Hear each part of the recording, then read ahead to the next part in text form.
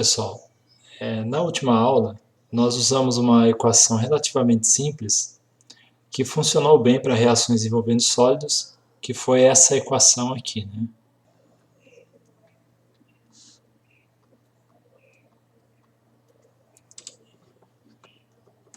Então nessa aula nós vamos continuar desenvolvendo essa matemática e agora nós vamos pensar em reações envolvendo gases. Bom, quando gases estão envolvidos em uma reação, essa expressão que a gente pode escrever da seguinte forma: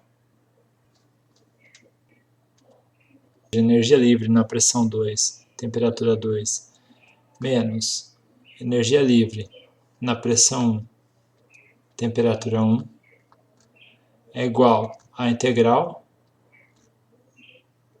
pressão 2, pressão 1, Φ, derivada de pressão, menos integral temperatura 1, temperatura 2, S, dt.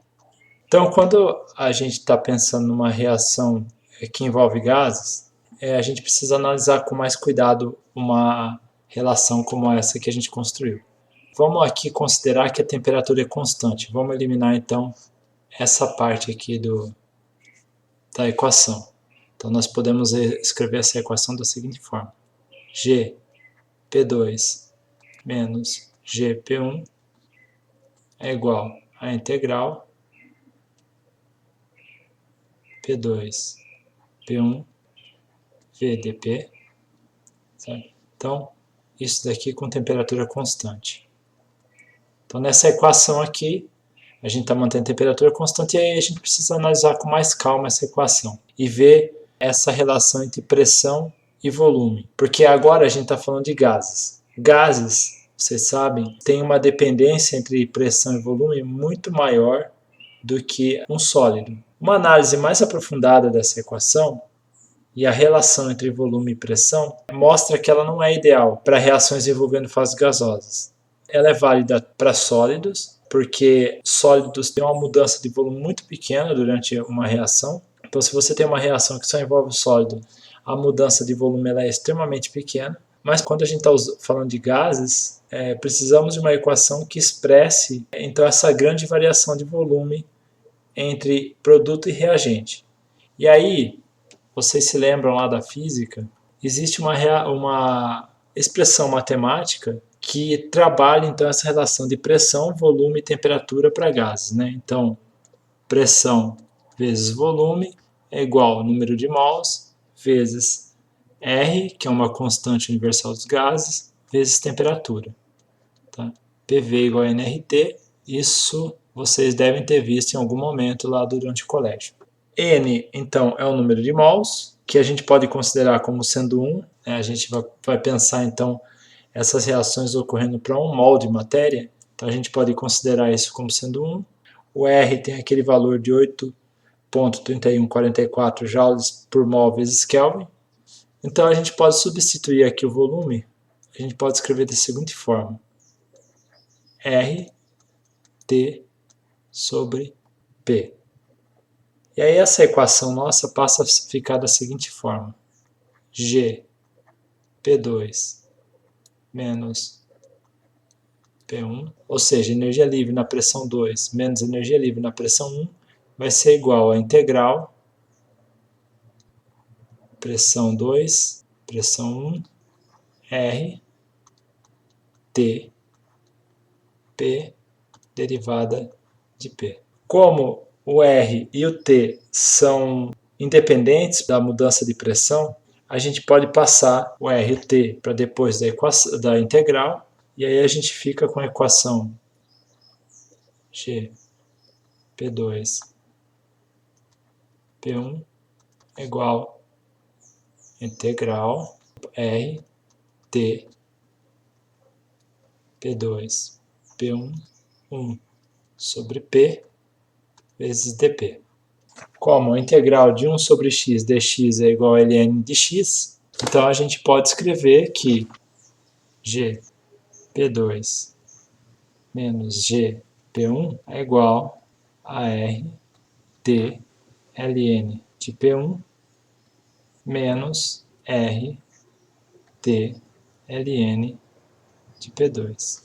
Tá? Então isso daqui vai ser igual a ln de P. Então chegamos nessa equação aqui. E aí a gente pode simplificar isso daqui. A gente pode escrever então isso daqui como sendo RT ln de P2 dividido por P1. Lembrando então que quando a gente subtrai funções logarítmicas, a gente pode então passar os termos dividindo. Bom, agora nesse formato, nós podemos reescrever essa equação da seguinte forma. A energia livre em uma certa pressão e temperatura é igual a energia livre na mesma temperatura em estado de referência, mais constante universal dos gases, vezes temperatura, logaritmo neperiano da pressão dividida pela pressão no estado de referência.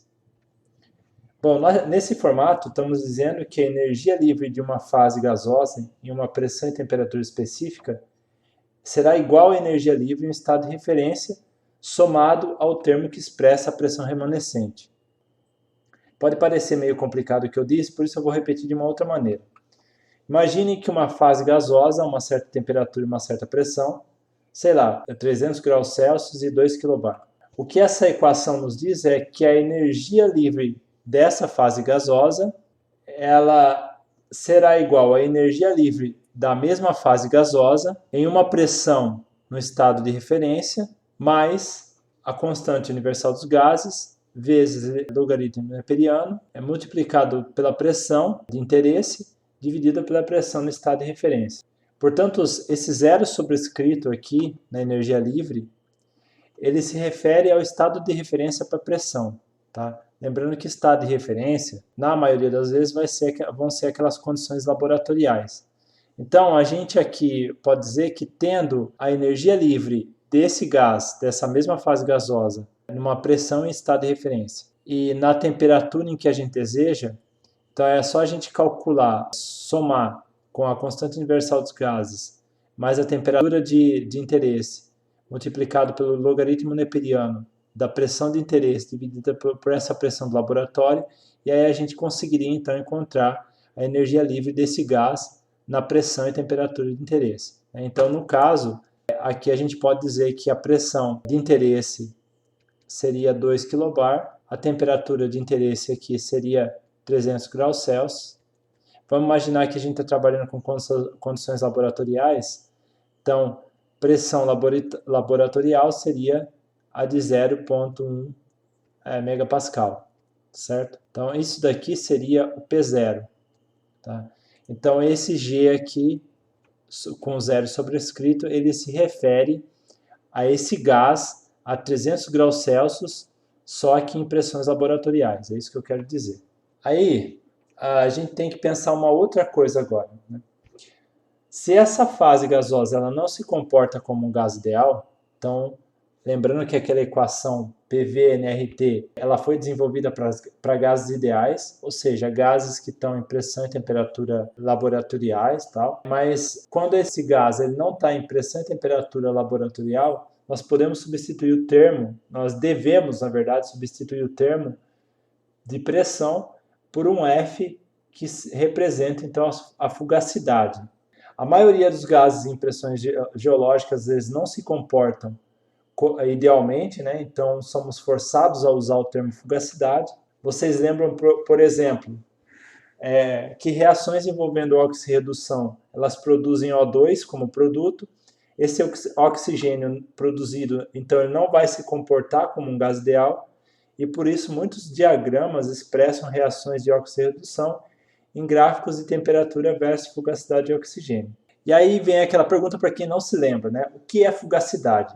Nas aulas de fisicoquímica, vocês viram que fugacidade é o equivalente real da pressão e é expressa pela pressão multiplicada por um coeficiente de fugacidade. Então, a gente pode escrever essa equação de fugacidade da seguinte forma. Fugacidade é representado por um F aqui, né? É igual a pressão vezes gama. E esse gama aqui, ele vai ser, então, um coeficiente de fugacidade. Então esse gama é simplesmente um fator de conversão que é determinado experimentalmente, que ajusta então a pressão para não idealidade, tá? Então, tabelas com coeficiente de fugacidade, elas estão disponíveis para vários tipos de gases. Bom, sabendo disso, então, nós podemos substituir a pressão, já que estamos falando de gases que estão em condições geológicas e, portanto, não se comportam idealmente, pelo termo de fugacidade. A equação, então, passa a ser expressa da seguinte forma.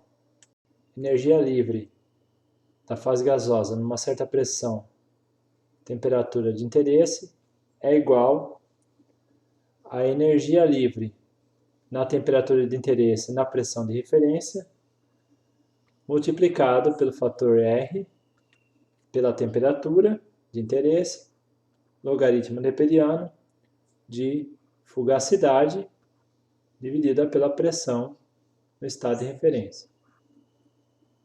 Okay? Então, estamos transformando agora essa equação aqui de cima, estamos usando então o termo de fugacidade, pois estamos trabalhando com gases ideais. Tudo que vimos até agora nessa aula foi então para fases gasosas, ou seja, essa equação aqui ela trata da energia livre de Gibbs para soluções gasosas reais, só que as reações de desvolatilização elas envolvem gases reais, né, e sólidos. Então vocês viram que a expressão RT, logaritmo neperiano da fugacidade, ela foi então desenvolvida matematicamente para tratar dessa relação entre pressão e variação de volume das fases voláteis. E agora precisamos adicionar essa equação, a relação de pressão e variação de volume para as fases sólidas. Então nós vamos ter que somar um termo aí a essa equação. Juntando tudo que vimos, então nós podemos escrever a equação da seguinte forma. Vamos agora usar o delta, né? Que a gente está interessado em reações, então reações vai ter uma variação de energia livre. Então, delta da energia livre a uma pressão e temperatura desejada vai ser igual ao delta G na temperatura de interesse, na pressão no estado de referência, mais... O que eu coloco agora? Agora eu coloco a variação de volume dos sólidos, tá? Variação de volume dos sólidos, multiplicado pela pressão de interesse, menos a pressão, agora a pressão 1 aqui, né? A pressão de interesse seria a pressão 2 e a pressão 1 agora ela passa a ser a pressão no estado de referência, porque a gente está trabalhando com esse comparativo com o estado de referência, mais constante universal dos gases, temperatura, logaritmo neperiano de fugacidade sobre pressão no estado de referência. E aí agora, então, nessa equação nós temos a variação de volume para os sólidos, a pressão, então aquele termo da equação inicial, né? ΔV P1 menos P2, aquela equação que nós vimos na aula passada, é para sólidos, e essa expressão aqui, então, representando os gases, tá? Então, isso aqui é sólido, ou fases sólidas, isso aqui são os gases. Então, nós podemos dizer que essa equação envolve a correção de pressão para sólidos e para fluidos. Se o fluido for um gás ideal, o P pode ser substituído por F. É isso que a gente fez aqui.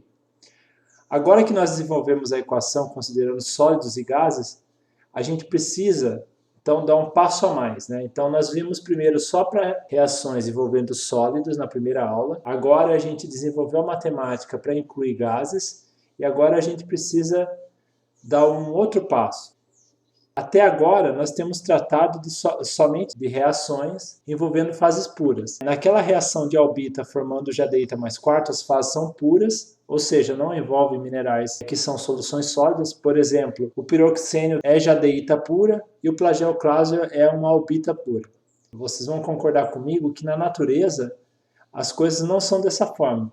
E o mais comum seria o plagioclásio, cujas moléculas de albita reagem para formar piroxênio com moléculas de jadeíta. Como na maioria das vezes nós não estamos trabalhando com fases puras, a gente precisa inserir nessa equação agora um fator que abrange essa variação composicional. Quando a composição de uma fase ela varia, como na maioria dos minerais, meltes, fluidos, a energia livre da fase também irá variar. Portanto, somos obrigados a incluir então um parâmetro de dependência composicional da energia livre conforme há uma mudança no número de moles do componente. Vamos chamar esses componentes de I, J, K, etc. Esses componentes então estão numa fase. Então imagine que a fase, uma olivina, por exemplo, ela tem os componentes dela, ela está sob uma pressão e temperatura estática, e aí eu mudo então os componentes.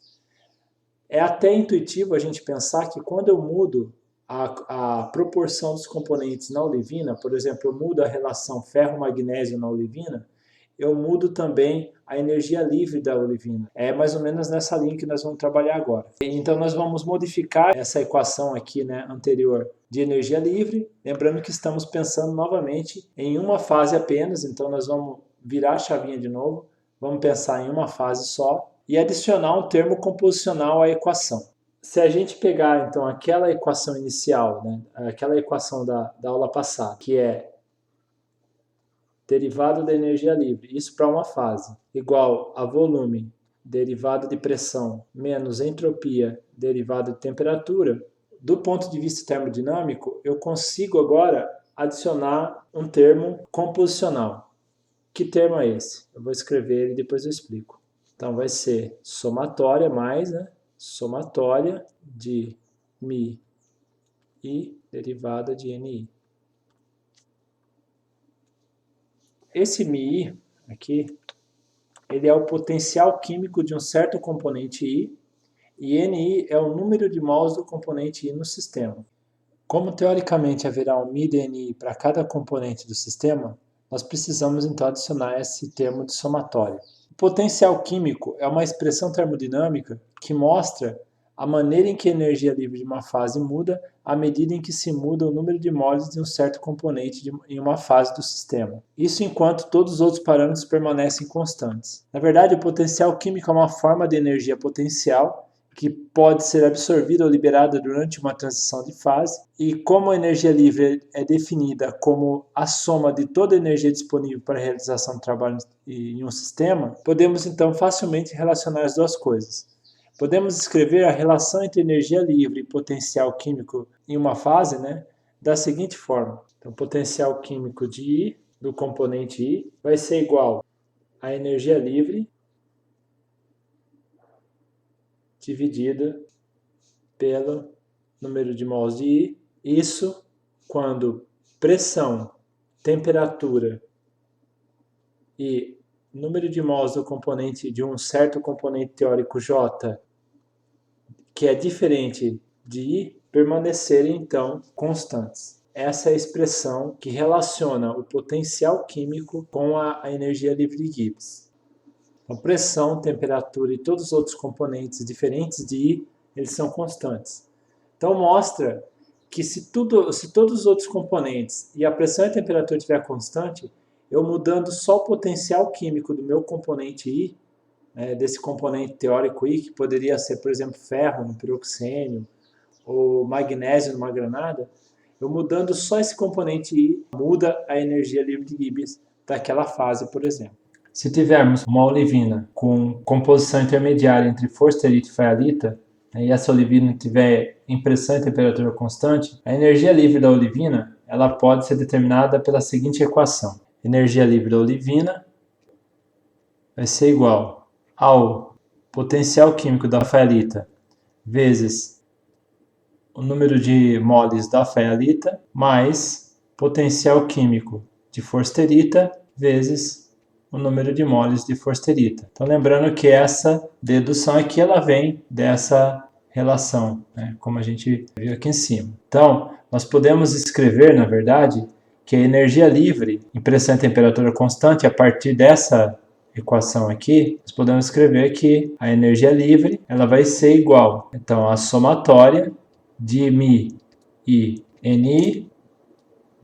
Isso daqui significa, então, que eu vou somar sobre temperatura e pressão constante, eu somo, então, todo o potencial químico e número de mols dos meus componentes químicos que fazem parte de uma determinada fase. Tá? Lembrando que eu estou aqui trabalhando com fase agora.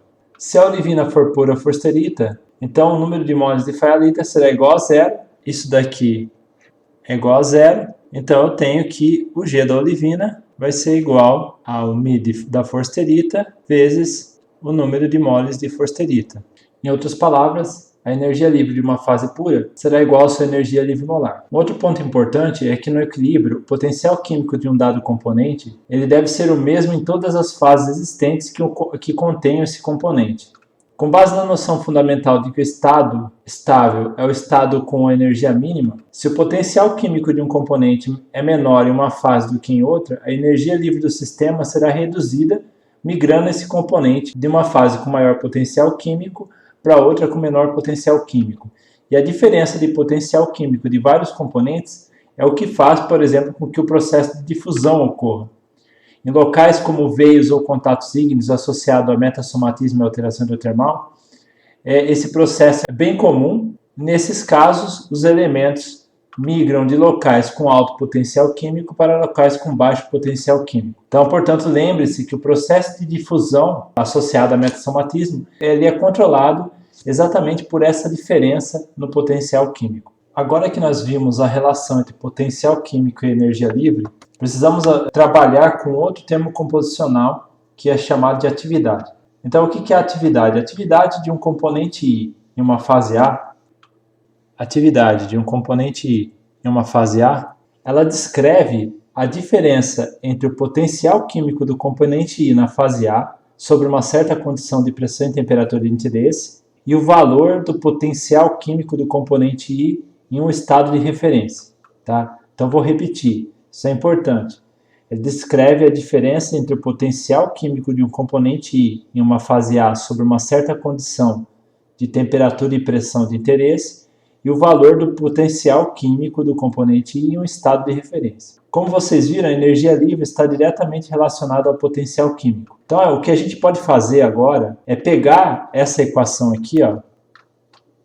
Nós podemos pegar essa equação e substituir a energia livre nessa equação pelo potencial químico. Então, nós vamos fazer isso agora. Nós vamos escrever aquela equação da seguinte forma. Potencial químico de um componente I, uma fase A, é igual ao potencial químico desse componente I em um estado de referência, mais constante universal dos gases, vezes temperatura, vezes logaritmo neperiano da atividade desse componente I na fase A.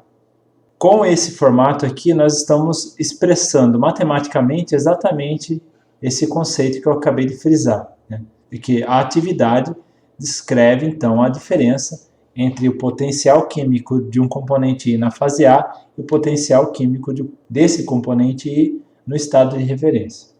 A similaridade na forma dessa equação com a equação para pressão em reações envolvendo fases gasosas ela não é uma mera coincidência, tá? Porque podemos definir a atividade de um gás como sendo a atividade de um certo componente gasoso em uma fase gasosa A, ela vai ser igual, então, à pressão do componente I dividido pela pressão do componente I no estado de referência. Ou, no caso, como a gente sempre trabalha com gases reais, a atividade de uma componente volátil em uma fase gasosa A é igual à fugacidade desse componente I sobre a fugacidade desse componente I no estado de referência. O que eu estou dizendo, então, com essa expressão é que a atividade de um componente volátil em uma fase gasosa será determinada pela pressão desse componente volátil, sobre a qual a atividade está sendo analisada, dividida pela pressão desse mesmo componente volátil em um estado de referência. Agora, se a fase gasosa estiver no estado de referência, então, por definição, a gente pode escrever potencial químico do gás I na fase gasosa A é igual ao potencial químico do componente volátil I no estado de referência. E aí, nesse caso, o logaritmo neperiano da atividade do componente I na fase A é igual a zero, ou, fazendo essa conta, a atividade do componente I na fase A vai ser igual a 1. Nós temos falado bastante sobre o estado de referência, certo? Vocês viram na aula passada, mas eu vou fazer questão de frisar novamente, que o estado de referência usual de um sistema químico, ou seja, aquele usado em ciências como química, fisicoquímica, termodinâmica, etc., ele se refere a substâncias puras sob condições atmosféricas, ou seja, 298 Kelvin, 25 graus Celsius e 0,1 megapascal. aquelas condições do laboratório. Como nós geólogos não somos muito ligados ao laboratório, e como a geologia envolve estudo de condições que estão muito longe das condições laboratoriais, o que nós fazemos é escolher um estado de referência que nos sirva, né, que nos atenda.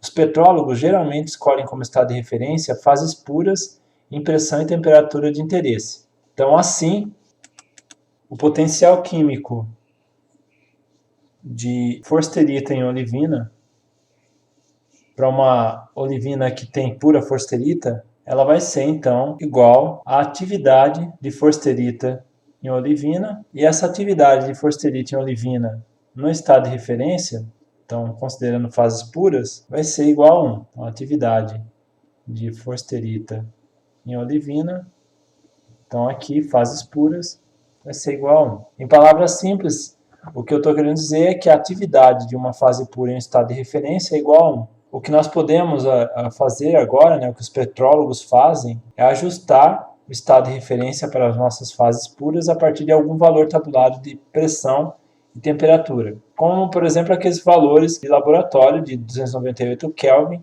e 0,1 megapascal que a gente viu na aula passada. E aí a gente pode, então, ajustar esses valores para qualquer valor de pressão e temperatura de interesse. Talvez toda essa dedução conceitual que estamos fazendo envolvendo potencial químico, atividade e estado de referência seja um pouco confusa para você. Por enquanto, lembre-se que o estado de referência sempre vai envolver uma fase pura em uma condição de pressão e temperatura de interesse, e o que estamos tentando fazer aqui é conduzir a matemática de maneira que a gente consiga relacionar os parâmetros termodinâmicos de fases puras em condições de pressão e temperatura escolhidas com a de fases não puras. Tudo isso é parte de uma dedução teórica que fará mais sentido um pouco mais adiante. Bom, então vamos lá.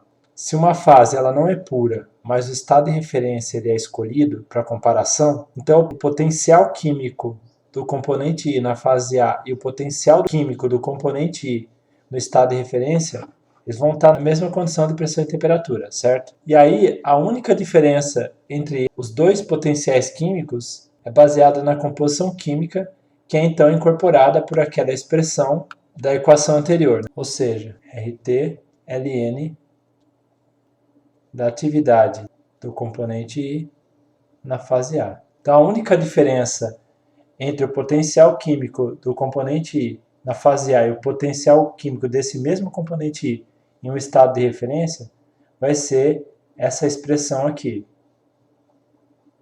Isso é claro se estivermos falando da mesma pressão e temperatura. Essa expressão aqui, ela vem dessa parte da equação aqui.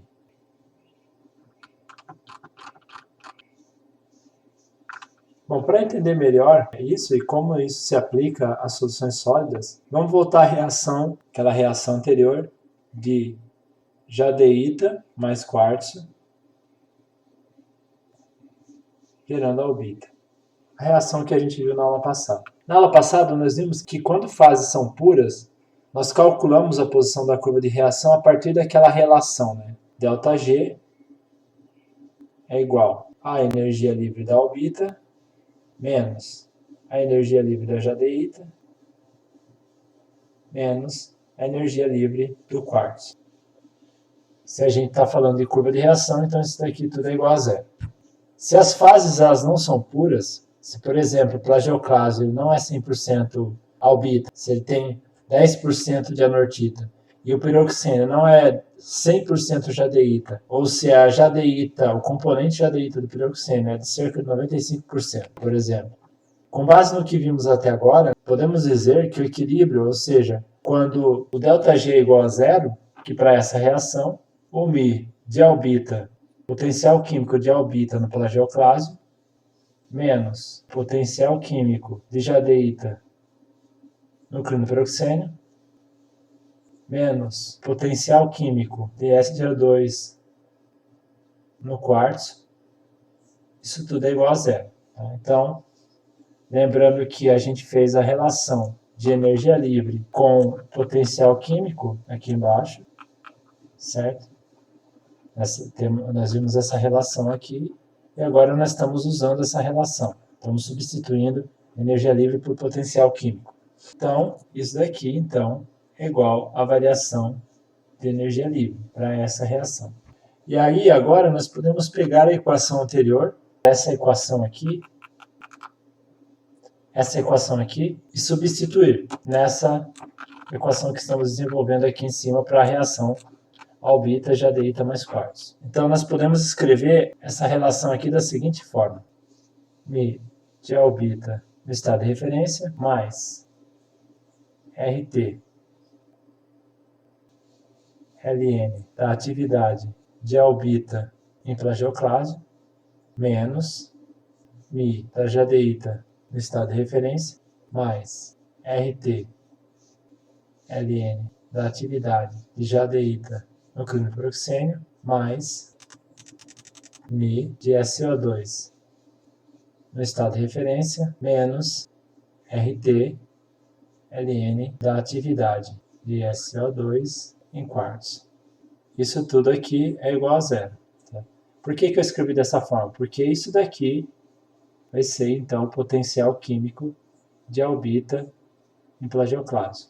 Tá? Isso daqui é o potencial químico de jadeíta em piroxênio, CPX. Isso daqui, o potencial químico de SO2 em quartos. Bom, se a gente rearranjar essa equação, a gente pode escrever ela da seguinte forma. Mi da albita no estado de referência, menos Mi da jadeíta no estado de referência, menos o Mi do SO2 no estado de referência. Isso tudo vai ser igual a ΔG0, ou a variação de energia livre no estado de referência, que é igual a menos RT Ln, como é que eu faço aqui matematicamente? Eu vou fazer da seguinte forma. Atividade de plagioclásio de albita no plagioclásio dividido pela atividade de jadeíta no clínico proxênio multiplicado pela atividade de SO2 no quartzo. O potencial químico da albita no estado de referência menos o potencial químico da jadeíta no estado de referência menos o potencial químico do SO2 no estado de referência, ele vai ser o quê? A energia livre no estado de referência, certo?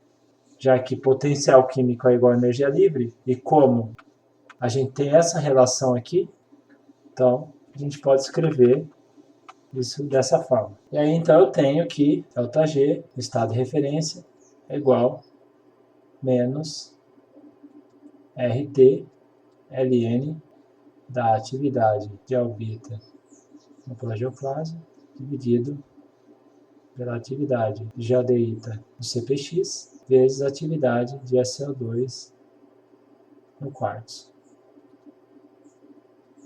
Aqui nós chegamos então a um formato interessante. Como o potencial químico da albita no estado de referência é igual à energia livre da albita, a variação da energia livre no estado de referência, o ΔG0, o ΔG com zero subscrito, será a variação da energia livre da reação calculada então no estado de referência, ou seja, fases puras em condições de pressão e temperatura de interesse. Esse ΔG0, esse delta da energia livre no estado de referência, ele pode ser facilmente calculado a partir de dados termodinâmicos padrões, como fizemos nos exemplos da aula anterior. Um detalhe importante é que os coeficientes estequiométricos das reações devem atuar como multiplicador do potencial químico. Portanto, reações em que os coeficientes estequiométricos não são igual a 1, então no caso da reação de albita, jadeíta mais quartzo, todos são iguais a 1. Mas se, por exemplo, algum coeficiente estequiométrico é 3, o potencial químico, então, ele será multiplicado por 3. Então, se o coeficiente estequiométrico da reação é 3, então o potencial químico ele acaba sendo multiplicado por 3. 3, por exemplo, Mi de SO2 no quartzo, por exemplo. Isso, se na minha reação aqui eu tivesse, por exemplo, 3 quartos, tá? O que não é o caso. E como ele multiplica o potencial químico, matematicamente ele irá aparecer então como expoente no termo de atividade por causa da função logarítmica. Então,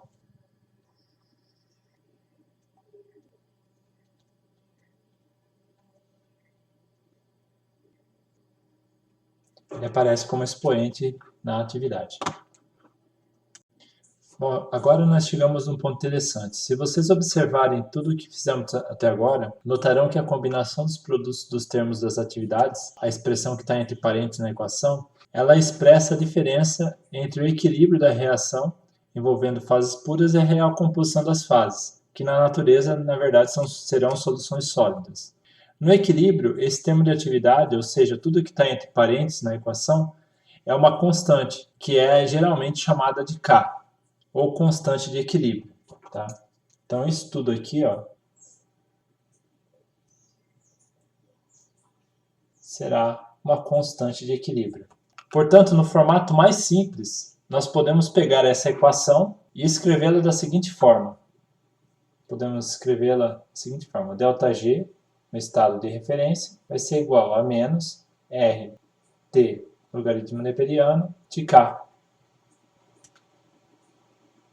Esse é o formato mais simples dessa equação. Agora, essa equação se parece matematicamente com algo bem simples, né? Depois de toda a matemática que a gente desenvolveu até aqui. E tudo o que precisaríamos agora é adicionar alguns valores de atividade à equação e nós conseguiríamos então calcular a estabilidade do equilíbrio mineral em qualquer pressão e temperatura, como nós já fizemos antes. Mas agora também para qualquer composição de fases, ou seja, envolvendo agora soluções sólidas. A composição de fases não puras nós podemos obter de maneira bem simples utilizando uma microsonda eletrônica e analisando o mineral que faz parte da associação equilíbrio da rocha. Só que, infelizmente, nós não podemos, em uma única análise, medindo simplesmente a composição química daquela solução sólida com a microsonda, medir diretamente o potencial químico e, portanto, a atividade de um componente em uma fase que é uma solução sólida. Acontece que a relação entre a atividade de um componente I em uma certa fase A e os valores mensuráveis da quantidade desse componente I na fase A podem não seguir uma função linear. Além disso, complicações adicionais podem surgir quando mais de um componente é misturado na fase. E aí, boa parte dos estudos modernos envolvendo petrologia experimental é dedicado a determinar exatamente essa relação entre atividade e composição nos silicatos mais comuns. A análise da distribuição de dois ou mais elementos entre duas fases coexistentes em equilíbrio a partir de experimentos em condições de pressão e temperatura controlada pode permitir o modelamento dessa relação entre atividade e composição. Esse modelamento ele é chamado de modelos de solução e podem ser simplesmente uma solução ideal ou um modelo mais complexo de solução real. Os modelos de solução se tornam progressivamente mais complexos conforme mais componentes são considerados nessa relação entre atividade e composição. E mais dados experimentais são necessários para construir esses modelos mais complexos. Na verdade, do ponto de vista de petrologia, a escolha mais apropriada de um modelo de solução seria o modelo mais simples, ou seja, aquele que se encaixe bem aos dados e descreva adequadamente o comportamento de uma mistura particular, e esse então seria o modelo mais apropriado. Um exemplo simples de modelo de solução é o de uma solução ideal em que a relação entre atividade e composição é dada pela equação atividade do componente I na fase A é igual à fração molar do componente I na fase A, elevado a um exponente que eu vou chamar de gama, onde o exponente gama é o número de posições cristalográficas em que a mistura ocorre. Tá? Então, esse daqui é o número de posições cristalográficas em que a mistura ocorre. Por exemplo, na olivina, há duas posições cristalográficas onde ferro e magnésio ocorrem como mistura. Aí vocês precisam lembrar lá das aulas de mineralogia química do primeiro ano e puxar da memória que ferro e magnésio elas ocorrem na posição M1 e M2 da estrutura da olivina. Então, nesse modelo de solução extremamente simples, ressaltando que é um modelo extremamente simples, se eu estivesse calculando a atividade de ferro na olivina, ela seria calculada pela fração molar de ferro elevado a 2. E já a fração molar de um componente I em uma fase A ela é calculada da seguinte forma, vocês lembram, Então, isso daqui é igual ao número de moles de I dividido pelo número de moles de I mais o número de moles dos outros componentes que eu estiver considerando. Pode ser, por exemplo, J, K, etc. Tá? Então, por exemplo, no caso da olivina, seria o número de moles de ferro dividido pelo número de moles de ferro mais magnésio. Se eu estiver considerando só magnésio e ferro ali interferindo na atividade do ferro na olivina, tá? Basicamente isso. Antes de seguir, é importante fazer uma ressalva aqui. Notem que uma mistura ideal, o modelo de solução ideal, não é a mesma coisa que um gás ideal, tá? Embora a matemática seja muito parecida, você pode ter uma solução real de um gás ideal, por exemplo, né? Ou uma solução ideal de um gás real. Só para quebrar essa tendência que a gente tem de ligar as duas coisas. Como a teoria por trás dos modelos de solução reais são altamente complexos, nessa aula nós vamos lidar apenas com o modelo de solução ideal, basicamente porque a matemática é mais simples. E também porque os modelos ideais são usados em muitas soluções sólidas de aplicação geológica. Modelos mais complexos, eles necessitam de um coeficiente de atividade, um γ-i, que pode variar com a fração molar do componente. Então, esse coeficiente de atividade é escrito da seguinte forma. Então, a atividade do componente I na fase A, ela vai ser igual à fração molar do componente I na fase A, multiplicado agora por um coeficiente de atividade I. E isso tudo vai estar, então, elevado. Aqui eu vou mudar, eu vou chamar de Y para não confundir. Y, eu vou apagar o daqui de cima também. Y, então, que representa o número de sítios em que essa troca, essa mistura ocorre.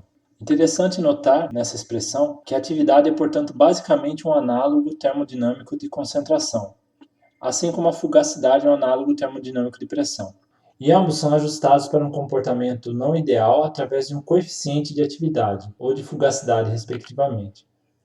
Agora eu vou colocar uma figura para que vocês entendam graficamente o que é um modelo de solução e vejam um exemplo dessa relação entre atividade e composição, aí nesse caso para a troca entre ferro e magnésio do ortopiroxênio. Essa figura ela representa o resultado da troca entre ferro e magnésio no ortopiroxênio. Essa relação ela foi obtida experimentalmente para temperaturas de 600 e de 800 graus, né? Então 600 aqui na esquerda e 800 graus na direita. Ou seja, representa o comportamento de troca entre os elementos no ortopiroxênio. Notem que a atividade de ferro no ortopiroxênio aumenta conforme aumenta a fração molar de ferro no ortopiroxênio. Ao mesmo tempo, a atividade de magnésio ela diminui conforme a redução da fração molar de magnésio no ortopiroxênio. Nessa figura, vocês podem ver que os dados experimentais revelam que essa relação entre atividade e concentração do componente não é assim tão proporcional, né? Ela faz uma curva aqui nos dois casos, né? Nos dois diagramas. Então, há um desvio do que seria o ideal, né? Que é representado por essa linha reta e que representa, então, uma função linear. Portanto, as linhas retas, né, obviamente, representam um modelo de solução ideal, e as curvas representam um tipo de modelo de solução real, chamado de modelo de solução simples. Por que modelo de solução simples e não modelo de solução real? Porque eles refletem dados experimentais, né, que estão então marcados por esses círculos amarelos aqui na figura. Dá um zoom aqui. Então, esses círculos amarelos na figura. Então, eles não são reais porque eles foram obtidos através de experimentos, utilizando fases ou minerais com composição controlada, né? Essas fases elas são feitas em laboratório, ou seja, sem contaminantes, como ocorre na natureza, por exemplo, manganês, que poderia eventualmente entrar na troca, na mistura entre ferro e magnésio, ou cálcio, etc. Né? Estou só chutando aqui, mas sem contaminantes nenhum.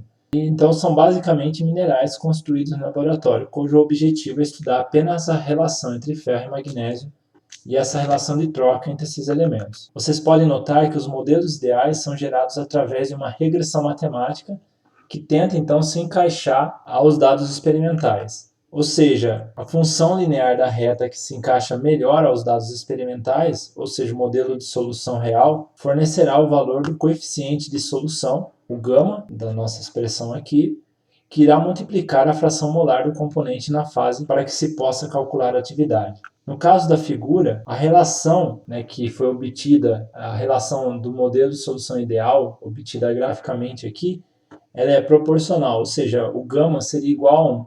Então, por isso a gente pode eliminar esse γ aqui e dizer que a atividade de ferro no ortopiroxênio é igual à fração molar de ferro no ortopiroxênio.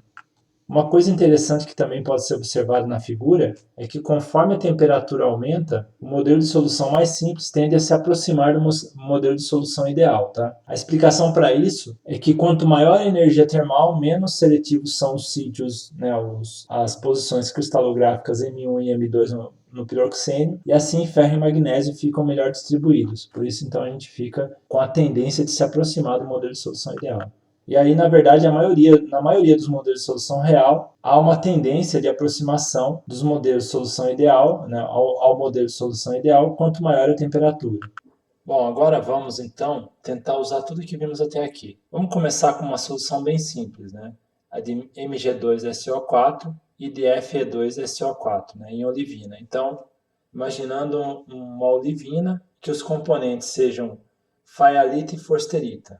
Nós podemos analisar a composição da olivina, né, em uma microsonda e determinar a quantidade de cada componente. No curso de mineralogia, vocês devem se lembrar que o magnésio e o ferro, assim como o norte-peroxênio, eles ocupam dois sítios levemente diferentes na olivina, M1 e M2. E aí, em cada sítio desse, o X de magnésio é igual ao N de magnésio dividido pelo N de magnésio mais o N de ferro. X de magnésio na olivina. Assim, a atividade da forsterita em olivina, ela pode ser escrita da seguinte forma: atividade de forsterita em olivina vai ser igual ao X de forsterita em olivina elevado a 2, porque então o ferro e o magnésio eles ocupam dois sítios cristalográficos na olivina. Então, quando eu escrevo X de magnésio em olivina, é a mesma coisa que escrever X de forsterita. Tá? Porque forsterita é um membro final puro, então é a mesma coisa. Note que, embora o silício, né, o SO2, também é um componente da olivina, ele não participa da mistura forsterita-ferrita.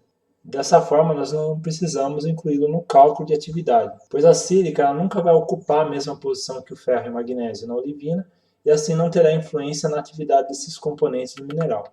Vamos voltar agora à reação albita gerando jadeíta mais quartzo.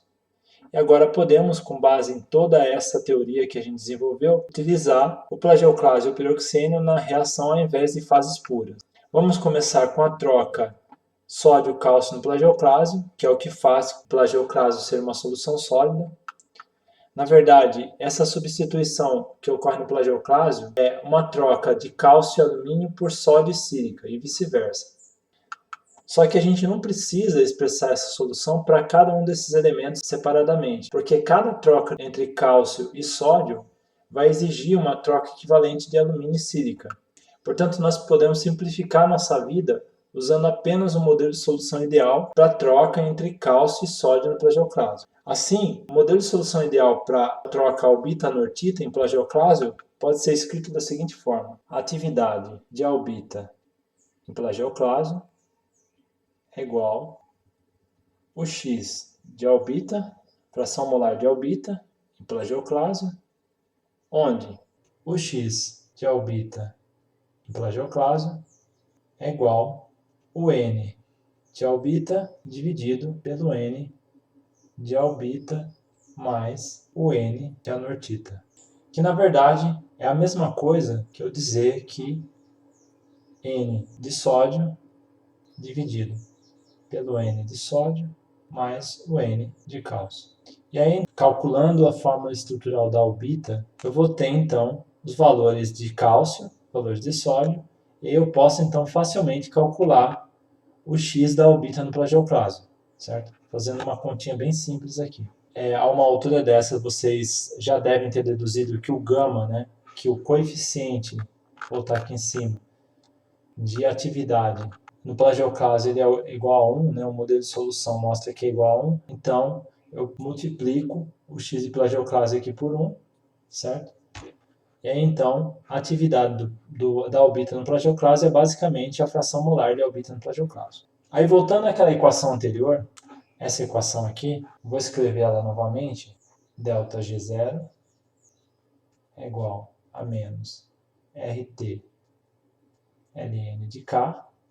Então, para essa reação de albita gerando jadeíta mais quartzo, Então, o K ele vai ser uma constante que relaciona a atividade de albita em plagioclasto, jadeíta em piroxênio e SO2 em quartos. Essa constante K é dependente da temperatura e, de certa forma, em menor grau, né, da pressão. Por quê? Porque o ΔG0 aqui, a variação de energia livre no estado de referência, é determinado em uma pressão, assim como em uma certa temperatura.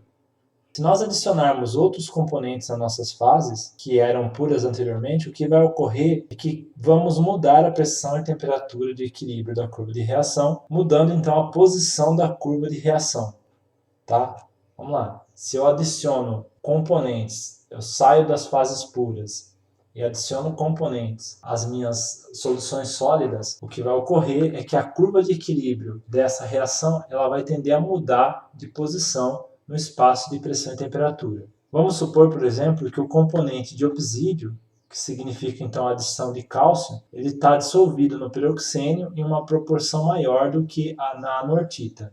O que irá ocorrer é que o campo da jadeíta irá aumentar, pois a curva de reação de equilíbrio ela vai mudar de posição devido à mudança na composição da fase. Agora, a gente consegue calcular essa mudança na posição da curva de reação usando a equação que desenvolvemos. Eu vou colar uma outra figura que mostra, então, essa mudança na posição da curva de equilíbrio conforme eu mudo, então, a atividade dos componentes nas soluções sólidas. Então, o que nós temos nessa figura? Nós temos a curva de reação obtida com fases puras, onde o K é igual a 1, e aí mudanças na composição das soluções sólidas, elas mudam, então, a posição da curva de reação, e significa, então, que eu estou mudando a constante de equilíbrio, K. Resumindo, para qualquer reação, por exemplo, uma reação hipotética, 2A mais 3B igual a C mais 4D, em que a composição de uma ou mais fase é variável, nós podemos calcular a posição da curva de equilíbrio usando a equação ΔG no estado de referência igual a RT logaritmo neperiano de K, onde o ΔG0 é a energia livre de Gibbs de uma reação para fases puras em uma pressão e temperatura de interesse, e K é a constante de equilíbrio ou produto das atividades expressa da seguinte forma.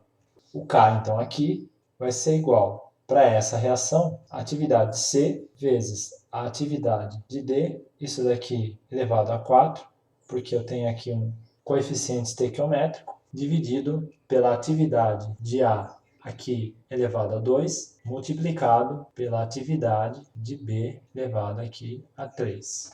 Tendo os modelos de solução sólida apropriados, nós podemos então calcular a atividade para soluções sólidas. Então, a gente viu que a atividade de um componente I vai ser então o gama I, né, coeficiente de atividade, multiplicado pela fração molar do componente I, elevado a Y, que é o número de sítios em que esse componente ocorre. E aí a gente pode pegar essa parte aqui, e com base nessa equação aqui, e rearranjar isso daqui da seguinte forma. K vai ser igual a x de C vezes gama de C, multiplicado por x de D elevado a 4, multiplicado por gama de D elevado a 4, dividido por x de A elevado a 2, multiplicado por gama de A elevado a 2, multiplicado por x de B elevado a 3, multiplicado por gama de B elevado a 3. E aí a gente pode separar essa equação, como ela está escrita dessa forma, nós podemos separar essa equação, podemos colocar aqui um KD multiplicado por um K gama. Tá? KD é uma velha conhecida de vocês, né? Vocês devem estar vendo ou ter visto isso em geoquímica, que se refere então à constante de distribuição, que é usada para descrever a distribuição de um componente entre as fases. Bom, pessoal, nós vamos parar por aqui hoje, tá? Na próxima aula nós vamos ver então a aplicação desses conceitos de termodinâmica e petrologia metamórfica e como usamos todos esses conceitos que desenvolvemos até aqui para calcular a pressão e temperatura em que uma rocha se formou, né? Nós vamos também, na próxima aula, ver alguns exemplos de geobarômetros, né, e geotermômetros, como eles foram desenvolvidos. A ideia é que vocês tenham então um embasamento teórico e possam depois, por conta própria, trabalhar geotermobarometria e ler a literatura associada sem dificuldade de entender os conceitos que estão por trás do desenvolvimento dos diversos geobarômetros e geotermômetros que existem publicados. Então, até mais, até a próxima semana.